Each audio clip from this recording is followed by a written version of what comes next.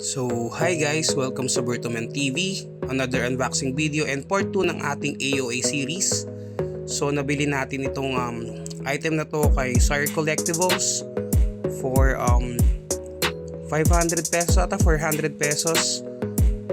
So, wall bidding siya, pero wala ko initial bid, so inisnipe ko na lang. Buti pumayag si Sir and napakainam ng kanyang checkout since it's a Shopee checkout na meron pa akong free voucher for shipping, kaya nakatipid-tipid talaga tayo rito. No, it's not Thor Love and Thunder.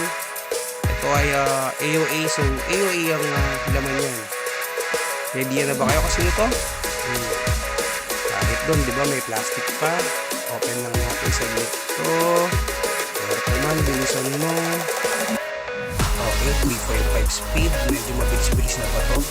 Medyo naboboard na ako mag-recording dito. Tingin ko rito sa in-edit to, 1.52 minutes na lang siya.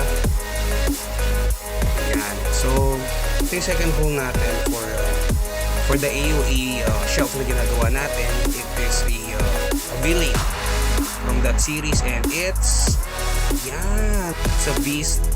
Loose siya, pero meron siyang alternate hands na kasama. Wala lang yung hammer and gearbox.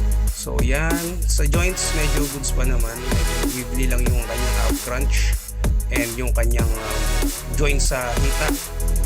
Okay din yung bicep swivel, yung head, yan, knees, okay din, shoulders. Yung ab lang talaga niya, yung ab crunch niya lang talaga problema rito. Pero sulit haul naman.